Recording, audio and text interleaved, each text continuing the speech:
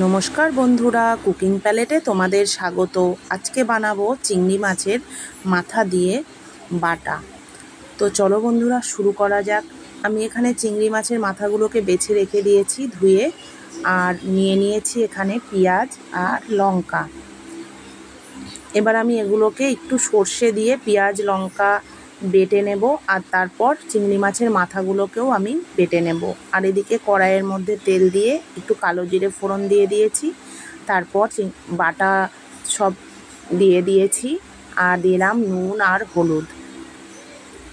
সমস্ত কিছু পেঁয়াজ লঙ্কা চিংড়ি মাছের মাথাগুলো বেটে সব দিয়ে দিয়েছি। এবার ভালো করে রান্নাটা করে নেব যতক্ষণ না লাল লাল হয়ে কড়াইতে লেগে যায়।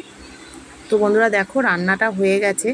তোমরা কে কে এই চিংড়ি মাছের মাথা বাটাটা খেতে ভালোবাসো কমেন্টসে জানিও, আর ভালো লাগলে আমার চ্যানেলটা সাবস্ক্রাইব করে দিও। ভালো থেকো, সুস্থ থেকো।